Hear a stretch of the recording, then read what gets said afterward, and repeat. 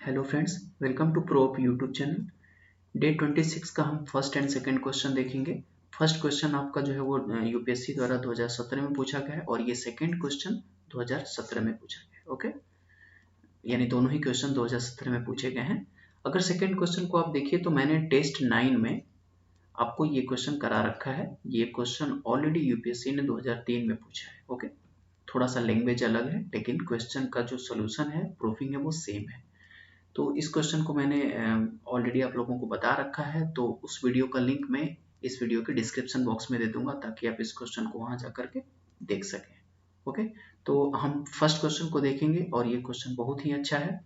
साथ ही साथ अगर आप हमारे maths daily answer writing program से जुड़ना चाहते हैं तो आप हमारे टेलीग्राम चैनल को ज्वाइन कर सकते हैं और चैनल को सब्सक्राइब करिए, वीडियो को लाइक करिए। तो चलिए स्टार्ट करते हैं। फर्स्ट क्वेश्चन हमारे पास है। फर्स्ट क्वेश्चन में कह रहा था कि देख लेते हैं एक बार। कह रहा है कि so the similar matrices have the same characteristic polynomial. Okay, इसमें दो टर्म्स हम जानेंगे, एक तो सिमिलर मैट्रिक्स क्या होता है और दूसरा कैरेक्टरिस्टिक पॉलिनोमियल क्या होता है। देखिए, सिमिलर मैट्रिक्स क्या है। जैसे अगर हम कहें कि दो मैट्रिक्स ऑलरेडी सिमिलर हैं तो उसे हम कब कहेंगे कि दो मैट्रिक्स सिमिलर मैट्रिक्स हैं। देखिए, अगर A is similar to B, okay, या हम इस तरीके से कहें कि अगर दो मैट्रिक्स ए और बी हैं, ओके, तो बी को हम ए के लिए सिमिलर कहेंगे, तब कहेंगे जब कोई एक ऐसा पी एग्जिस्ट करेगा। ओके, एक ऐसा पी यानी P is a matrix. Okay, तो पी एक ऐसा मैट्रिक्स एग्जिस्ट करेगा जो इन्वर्टिबल हो। Invertible it means non singular हो। तो हम इन्वर्टिबल, नॉन सिंगुलर, ये एक ही टर्म्स है।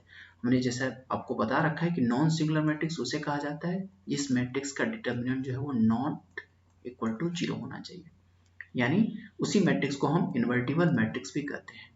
यानी अब हम देखते हैं डिफिनेशन क्या होगा कि अगर ए और बी दो मैट्रिक्स हो तो बी को ए के लिए हम इन्वर्टिबल कहेंगे, तब कहेंगे जब कोई पी यानी कि कोई पी एक ऐसा नॉन सिंगुलर या इन्वर्टिबल मैट्रिक्स एग्जिस्ट करे सच डेट, इस तरीके से कि B equal to P inverse A P होगा।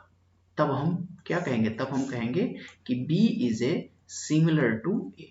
Okay, B is a similar to A। I hope कि आपको समझ में आया होगा कि B को हम A के लिए, जैसे हम फिर से एक बार हम उसे रिपीट कर दे रहे हैं कि दो मैट्रिक्स सिमिलर कब होंगे। दो मैट्रिक्स सिमिलर तब कहे जाएंगे, ओके, दो मैट्रिक्स यानी A और B को सिमिलर तब कहेंगे जब कोई P यानी A और B के बीच, ए और बी के बीच एक पी ऐसा एग्जिस्ट कर जाए और ये पी कैसा होना चाहिए, नॉन सिंगुलर। कैसा होना चाहिए, नॉन सिंगुलर होना चाहिए, या नॉन सिंगुलर, या इसे आप कह सकते हैं कि इज ए इन्वर्टिबल। सेम बात है, इन्वर्टिबल नॉन सिंगुलर दोनों सेम ही बात है, ठीक है, दोनों हो। और नॉन सिंगुलर उसे कहते हैं जिसका determinant is not equal to 0 होना चाहिए। तब हम बी इक्वल टू लिखेंगे P inverse A and P। Okay, यानी B A के सिमिलर है। B जो है वो मैट्रिक्स A के सिमिलर हो गया। ओके, यानी इस थ्योरम का हम यूज करेंगे जब कह रहा है कि दो मैट्रिक्स हैं और दोनों सिमिलर हैं और उनका कैरेक्टरिस्टिक पॉलिनोमियल भी सिमिलर होगा, बराबर होगा, ऐसा हमें प्रूफ करना है।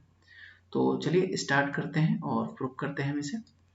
ओके, तो लेट कर लेते हैं, सपोज कर लेते हैं कि ए और बी जो है वो दो सिमिलर मैट्रिक्स हैं। हमने यहाँ पे सपोज कर दिया, आपको इसे लिखना होगा कि suppose A and B are the similar matrix, then there exist a invertible, then there exist a invertible matrix P, या इन्वर्टिबल न करके आप लिख सकते हैं यहाँ पे नॉन सिंगुलर मैट्रिक्स। क्वेश्चन में जैसे कि नॉन सिंगुलर की ही बात कर रहा था, सॉरी यहाँ नहीं कर रहा है, मतलब आप नॉन सिंगुलर भी इसे कह सकते हैं, non singular matrix P such that. तो क्या होगा, हम यूज करेंगे डिफिनेशन का, तो B equal to P inverse A and P, ये होगा। इसे हम इक्वेशन नंबर फर्स्ट लेट कर लिया।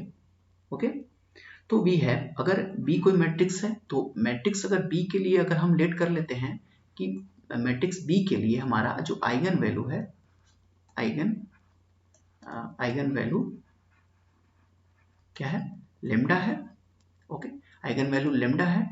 अगर आइगन वैल्यू बी के लिए लेमडा है तो ए के लिए भी सेम होगा, आइगन वैल्यू दोनों के लिए तो सेम होगा। क्योंकि दोनों सिमिलर हैं, दोनों सिमिलर मैट्रिक्स हैं, तो जो आइगन वैल्यू बी का होगा वही सेम आइगन वैल्यू ए का भी होगा। तब हम यहाँ पे आइगन वैल्यू का फॉर्मूला लगाते हैं जिससे हम आइगन वैल्यू फाइंड आउट करते थे, यानी क्या होगा, B minus lambda lambda I, ये होगा। ओके, इसका हम डिटरमिनेंट लेते हैं, डिटरमिनेंट। ओके, ये लिख दिया इक्वल टू, अब डिटरमिनेंट ऑफ बी की वैल्यू रख देते हैं। बी की वैल्यू हमारे पास क्या थी, P inverse A P minus lambda I. Okay, this implies that determinant of P inverse A P. Okay, अब जरा हमें इसे ध्यान दीजिए कि लेमडा आई को हम क्या लिख सकते हैं।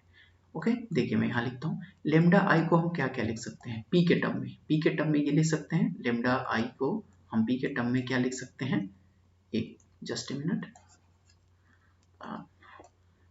अगर हमें लेमडा आई को लिखना है तो लेमडा आई को इन ए पी टर्म, पी के टर्म में हम लेमडा आई को क्या लिख सकेंगे, इसको ऐसे लिख सकते हैं, P inverse lambda I P.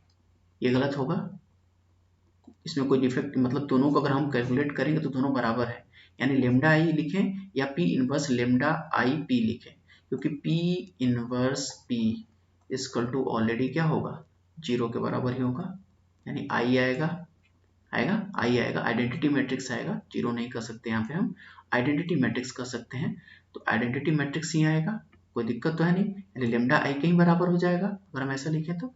यानी अब इसे हम ऐसे, यानी यहाँ पे हम करेंगे P inverse lambda I P, ये लिख दिया, दिस इम्प्लाइड दैट। अब इसे देखते हैं आगे क्या कर सकते हैं इसमें, lambda sorry determinant of.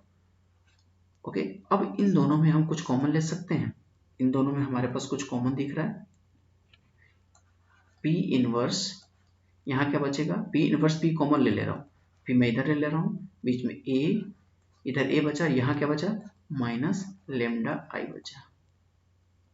Okay, इस तरीके से लिख सकते हैं इसको हम, कोई दिक्कत नहीं, ठीक है, ये हमारा हो गया। अब देखिए इसे हम आगे ले चलते हैं, अब क्या कर सकते हैं यहाँ पे, यानी एक बार लिख लेते हैं, determinant of B minus lambda I equal to क्या बना था, determinant of P inverse, okay, P inverse A minus lambda I P, ये बना था। अच्छा, ये डिटरमिनेंट है तो डिटरमिनेंट को डिस्ट्रीब्यूट कर देते हैं, तो क्या बनेगा आपका, डिटरमिनेंट ऑफ पी इनवर्स, बस कैलकुलेशन हो रहा है, अब कुछ करना नहीं है आपको, मेन जो काम था वो हम लोगों ने कर लिया है, determinant of A minus lambda I and determinant of P लिख सकते हैं, कोई दिक्कत। अब इसको और इसको साथ में ले लीजिए, इसे अलग कर दीजिए, तो इसको ऐसे लिख सकते हैं, determinant of P inverse and determinant of P and determinant of A minus lambda I, ये लिख दिया। Okay, determinant of P inverse and determinant P, इसको ऐसे लिख सकते हैं, determinant of P inverse P, okay, कोई दिक्कत नहीं, and determinant of A minus lambda आई होगा। इसको दोनों का डिटरमिनेंट एक पे लिख करके ऐसे लिखा जा सकता है। ओके, ये सिंपल है, कुछ करना नहीं था ज़्यादा।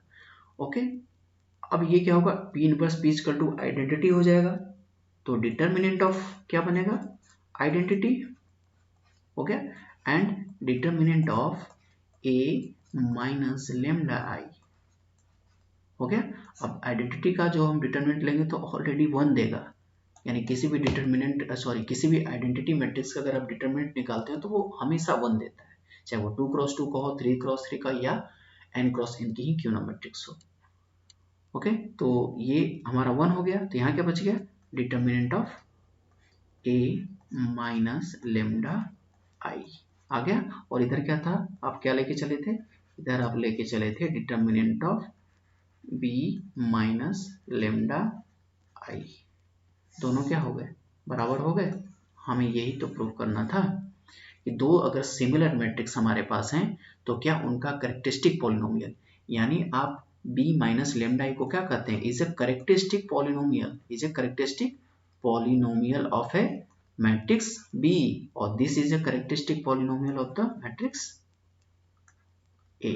ओके, तो ये a का करेक्टरिस्टिक पॉलिनोमियल है और ये b का करेक्टरिस्टिक पॉलिनोमियल है, और दोनों ही एक दूसरे के क्या है, बराबर है। ये आपका हो गया प्रूफ। ओके, एकदम सिंपल था। ओके, तो सेकंड जो हमारा क्वेश्चन है, ये जो सेकंड क्वेश्चन है, ओके, ये क्वेश्चन मैंने ऑलरेडी आप लोगों को करा रखा है, तो आई होप कि आप इसे कर लेंगे। और इसका जो वीडियो है जिसका मैं सोल्यूशन दिया हूँ वो वीडियो में इस वीडियो के डिस्क्रिप्शन बॉक्स में दे दूंगा या टेलीग्राम चैनल पे शेयर भी कर दूंगा मैं, ठीक है। तो आप उसे जरूर जाकर देखिएगा। तब तक के लिए आप अपना ध्यान रखिए। Thank you for watching.